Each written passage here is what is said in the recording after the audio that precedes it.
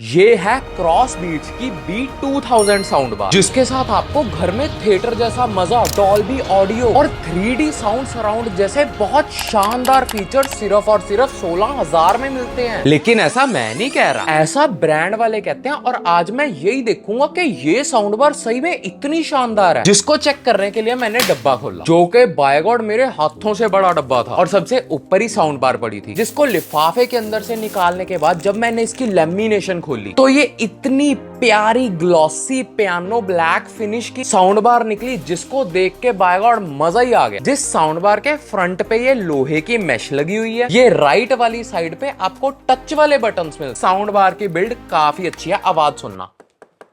फिर sound bar के बाद निकले दो रेयर स्पीकर, जिसको निकालने के बाद भी सेम फीलिंग आई, वो प्यारी ग्लॉसी ब्लैक फिनिश। ओहो, इसके आगे भी लोहे की मेश लगी हुई है एंड बिल्ड इसकी भी अच्छी है, सुनना। और फिर डब्बे के ऊपर वाली पूरी की पूरी लक्कड़ की शीट उठाने के बाद निकला हमारा मेन माल पत्ता, दो सबवूफर। एंड ये ग्लॉसी फिनिश के अंदर नहीं है, मैट फिनिश के अंदर है, जिसके ऊपर ये कपड़े का लगा हुआ और ये काफी सुंदर लगता पड़ा हुआ। फिर फटाफट से डब्बे के अंदर से रिमोट निकाला, जिसके साथ हमें बैटरियां भी मिलती हैं, कार्ड भी मिलता है, जिससे आप ये सीख सकते हो कि इसको इंस्टॉल वगैरह करना है। ये सब चीजें निकालने के बाद मैंने डब्बे को फेंक दिया। अब टाइम था इसको इंस्टॉल करने का, जिसको करने के आपके पास दो मेथड्स हैं। सबसे पहला तो वही बेसिक कि आप इसको एक टेबल पे रख सकते हो, और टेबल पे रखने के लिए इस साउंड बार के नीचे रबर के फीट दिए हुए हैं, तो ना ही टेबल पे स्क्रैचेस पड़ेंगे और ना ही साउंड बार स्लिप होगी। उसके बाद आता है दूसरा मेथड। इसके पीछे यहाँ पे स्क्रू जैसे निशान बने हुए हैं, और अनबॉक्सिंग करते टाइम आपको स्क्रूज निकलते भी हैं, जिसको आप डायरेक्टली दीवार के अंदर ड्रिल करके इस साउंड बार को उसके ऊपर टांग सकते हो। और क्योंकि ये स्क्रूज बिल्कुल पीछे वाली साइड है, तो टांगने के बाद भी साउंड बार डायरेक्टली आपकी तरफ फेस करेगी, which is a very good thing. Installation के टाइम एक चीज का बहुत ध्यान रखना पड़ेगा, इसके जो सैटेलाइट स्पीकर्स हैं वो वायरलेस नहीं है। क्योंकि वो वायरलेस नहीं है, सबसे पहली चीज आप इन सैटेलाइट स्पीकर्स को 10 फीट दूर रख सकते हो, मैक्स टू मैक्स। इस टाइम पे ये 8 फीट के दूर पड़ेंगे, जिसकी वायर को आपको साउंड बार के अंदर लगाना पड़ेगा। उसके बाद साउंड बार के दोनों सबवूफर्स भी वायर्ड सबs हैं, जिसको भी आपको साउंड बार के अंदर पिन करना पड़ेगा, जिनकी वायर 3 से 4 फुट लंबी है। तो अब ये चीज आपको अपनी फिटिंग के हिसाब से देखनी होगी कि आप वायर्स को कैसे मैनेज कर रहे हो, एंड इस साउंड बार का साउंड एक्सपीरियंस कैसा है। उससे पहले ये तो सुन लो कि इसमें पोर्ट्स कौन से मिलते हैं वो साउंड को निकालने के लिए। सबसे पहले तो एक HDMI ARC पोर्ट मिलता है, और ये मैंने इतना जोर देके क्यों बोला आपको आगे पता लग जाएगा। इस पोर्ट के थ्रू आप टीवी को ऑन ऑफ, साथ में साउंड बार को ऑन ऑफ इकट्ठा कर सकते हो, तो फुल कंट्रोल्स आपको टीवी वाले रिमोट से मिल जाते हैं इस साउंड बार के ARC पोर्ट से कनेक्ट करने के बाद। फिर मिलता है एक ऑप्टिकल पोर्ट और एक ऑक्स का पोर्ट, जिन तरीकों से मैं बिल्कुल भी रिकमेंड नहीं करता कि आप अपनी साउंड बार को कनेक्ट करो, क्योंकि इन वे से आप ट्रू पोटेंशियल साउंड बार की वैसे भी अचीव नहीं कर सकते। और जौन सा मैं साउंड सिग्नेचर आपको सुनाने वाला हूँ म्यूजिक के अंदर, मूवी के अंदर, वो सारी टेस्टिंग HDMI पोर्ट के थ्रू ही हुई है, क्योंकि वही तरीका है साउंड बार की ट्रू पोटेंशियल और ट्रू आउटपुट को निकालने का। फिर मिलता है एक USB का पोर्ट, जिसके साथ आप डायरेक्टली पेन ड्राइव लगा के अपने गाने चला सकते हो। 2 पोर्ट्स सबवूफर लगाने के लिए एंड 2 पोर्ट्स रेयर स्पीकर्स लगाने के लिए, जिनको पावर डायरेक्टली साउंड बार के थ्रू ही मिलती है। ना ही सबवूफर और ना ही रेयर स्पीकर को अलग से कोई पावर की आउटपुट चाहिए। अब साउंड बार का डब्बा खोल लिया, इंस्टॉल भी कर लिया, HDMI के थ्रू टीवी से कनेक्ट भी कर ली, लेकिन इसकी ऑडियो सुनाने से पहले के कुछ खास फीचर्स भी बता दूं। जौन से फीचर्स ऑडियो कैसी है उसको बहुत इंपैक्ट करते हैं। पहला फीचर है, ये साउंड बार में आपको मैसिव 900 वॉट की साउंड आउटपुट मिलती है, लेकिन ये आउटपुट ब्रांड वालों ने पीक आउटपुट बताई हुई है। अगर हम इसकी RMS कैलकुलेट करते हैं, वो ऑलमोस्ट निकल के आती है 400 से 450 वॉट की। और जिसको नहीं पता RMS और पीक आउटपुट में क्या डिफरेंस है, हर टाइम कोई भी साउंड बार कभी भी पीक आउटपुट नहीं निकाल के देती। तो जो RMS है, उस फॉर्मूले से आप कैलकुलेट कर सकते हो एक साउंड बार की रियल लाइफ, रियल यूज के सिनेरियो के अंदर कितनी आउटपुट हो सकती है। क्योंकि मैंने इस क्रॉसबीट्स की B2000 साउंड बार को 10 बाय 10 की जगह में फुल कर दिया बिल्कुल, एंड कुछ ऐसा एक्सपीरियंस होता है। अगर इसका RMS 900 वॉट होता तो मैं कभी इसको इतनी जगह में फुल वॉल्यूम पे कर ही ना पाता। सेकंड चीज है, इस साउंड बार के साथ आपको डॉल्बी ऑडियो भी मिलती है, जो साउंड बार पे भी मेंशन्ड है, बॉक्स पे भी मेंशन्ड है। बट मैं आपको बताना चाहता हूँ कि डॉल्बी ऑडियो और डॉल्बी एटमॉस दोनों अलग अलग चीजें हैं, दोनों को मिक्सअप ना करना। क्योंकि आपको याद है मैंने आपको बताया था कि इस साउंड बार के अंदर एक ARC पोर्ट है, जो पोर्ट 2009 के अंदर लॉन्च हुआ था, जिसके अंदर आपको 1 Mbps की ऑडियो बैंडविड्थ मिलती है, जिसके साथ आप इजीली 5 स्पीकर्स कनेक्ट कर सकते हो। जैसे कि इस साउंड बार में भी 5 स्पीकर्स हैं, 3 साउंड बार के अंदर और 2 रेयर स्पीकर्स में। बट इस साउंड बार के अंदर भी आपको कंप्रेस्ड फॉर्मेट के डॉल्बी डिजिटल के सिग्नल्स पास थ्रू हो सकते हैं, जिसको आप बिल्कुल भी मिक्स ना करना डॉल्बी एटमॉस और DTX से। अगर आपको ये वाले दोनों फॉर्मेट्स डिकोड करने हैं तो पहली चीज आपकी साउंड बार के अंदर एक EARC पोर्ट होना चाहिए, जो 2018 में लॉन्च हुआ था एंड इसकी बैंडविड्थ 37 Mbps है, ऑलमोस्ट 37 टाइम्स ज्यादा। तो ऑब्वियसली वो टीवी से अनकॉम्प्रेस्ड फॉर्मेट्स रिसीव कर सकता है। डॉल्बी एटमॉस एंड DTX जैसी बहुत बड़ी बड़ी इंफॉर्मेशन को साथ के साथ कंज्यूम कर सकता है। और ये वाली सारी चीजें ना मैं ऐसे ही निकाल सकता था बोल के कि इसमें डॉल्बी ऑडियो मिलती है और 900 वॉट की आउटपुट मिलती है, क्योंकि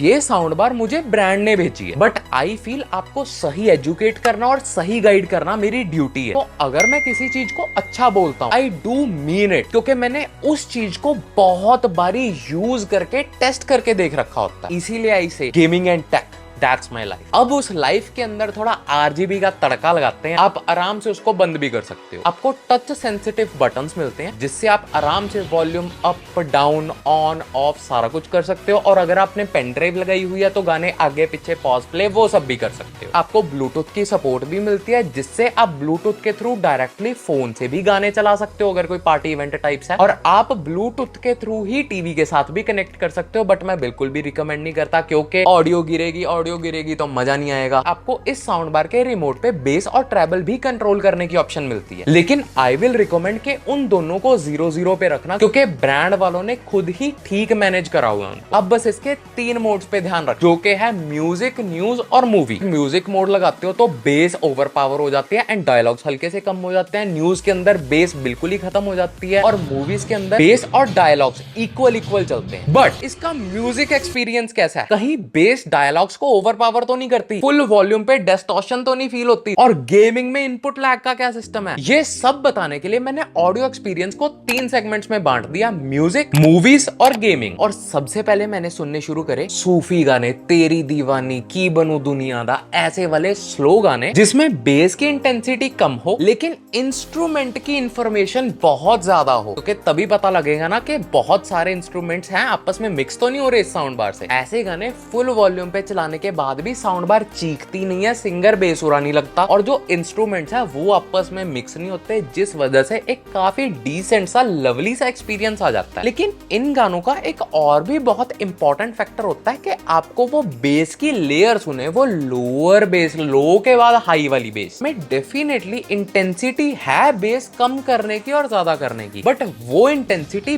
बहुत छोटी है, वो वेव बहुत छोटी है। मतलब कि साउंड बार ज्यादा मिडल और हायर बेस के ऊपर कंसंट्रेटेड है। जो बिल्कुल लोअर वाली बेस है जो इन गानों के अंदर चाहिए, वो वाली चीज नहीं है इसके अंदर, जो आप ज्यादा मिस नहीं करोगे क्योंकि सेपरेशन बहुत अच्छी है इसकी। यही वाली जो मिडल और अपर बेस वाली चीज है, कॉमर्शियल गाने जैसे अगर आप सुनना पसंद करते हो दिलजीत दोसांझ, करण औजला जैसे फुल रॉक, मतलब गाने, नाच गाना फुल ऐसे गाने, तो उस पॉइंट ऑफ टाइम पे आपका उठ के डांस करने का दिल करेगा। क्योंकि पहले तो ये साउंड बार बहुत ज्यादा बूम बूम नहीं बजती, जो आपसे ज्यादा आपके ग्वांडियों को सुने और आपके कान दर्द करने लगा है, क्योंकि इंस्ट्रूमेंट्स अच्छे हैं, मिडल बेस है, बहुत ज्यादा कानों में नहीं बज रही, वो फुल मजेदार सा माहौल बन जाता है अगर आपको इस साउंड बार से गाने सुनने हैं। फिर मैका रेयर स्पीकर का असली पता तो तब लगेगा जब ये मूवीज के अंदर प्रॉपर वो साउंड सराउंड वाली फीलिंग देगा। मैं इस टाइम साउंड बार के सेटअप के बिल्कुल सेंटर में बैठा हूँ। ये रहे दोनों रेयर स्पीकर्स और वो मेरे सामने पड़े हैं दोनों सबवूफर्स, और वो सेंटर में साउंड बार है, जो कि बाय द वे मैंने डॉल्बी एटमॉस के ऊपर देख रहा हूँ, जिसके साथ मुझे बेस्ट ऑफ बेस्ट क्वालिटी इस साउंड बार की मिल सकती है। पर उस चीज से भी पहले मैंने सोचा साउंड बार को फुल वॉल्यूम पे भी करके देख ले कि डिस्टॉर्शन वगैरह तो नहीं है कोई, और मैंने इस टाइम पे साउंड बार को फुल वॉल्यूम पे कर दिया है एंड आप देख ही सकते हो कितनी आ रही है।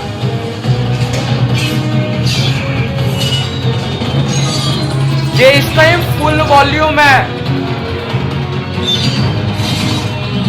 क्या, और भाई मजा आया जो, ओए होए कोई डिस्टॉर्शन नहीं थी, ऐसे लग रहा था मैं उस खेत के बीचों बीच बैठा हूँ भाई। होम थिएटर का चलने का रूल ये होता है जो डायलॉग्स हैं वो आपके सेंटर चैनल से मतलब साउंड बार से आने चाहिए, और जो आपके साइड वाले सारे स्पीकर्स हैं वो आपके साउंड सराउंड वाले इफेक्ट्स देने चाहिए, मतलब कि गाड़ी यहाँ से निकली या यहाँ से गोली चली जो भी है, जिसको ही हम थिएटर लाइक एक्सपीरियंस कहते हैं। अवेंजर्स की एंड गेम चला रहा था, आवाज है वो वहां से आ रही है और यहाँ से सिर्फ और सिर्फ म्यूजिक सुनाई दे रहा है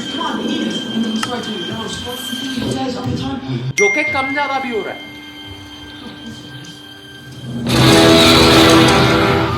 जब भी क्लाइमैक्स आया वो एकदम से इसके स्पीकर्स ने आवाज बढ़ा दी खुद ब खुद, विच मीन्स ये होम थिएटर वाले एक्सपीरियंस के अंदर पास हो रहा है। यहाँ पर ये भी बहुत बड़ा फैक्टर है कि आप मूवी कौन सी देख रहे हो, और कहीं आप डोरेमोन देख रहे हो फिर क्या ही एक्सपेक्ट करोगे। और यही बेस ओवर पावर कर रही है कि नहीं कर रही है, एक बार रीचेक करने के लिए मैंने ट्रांसफॉर्मर्स लगाए, क्योंकि वो ऑब्वियसली रोबोटिक टाइप होते हैं।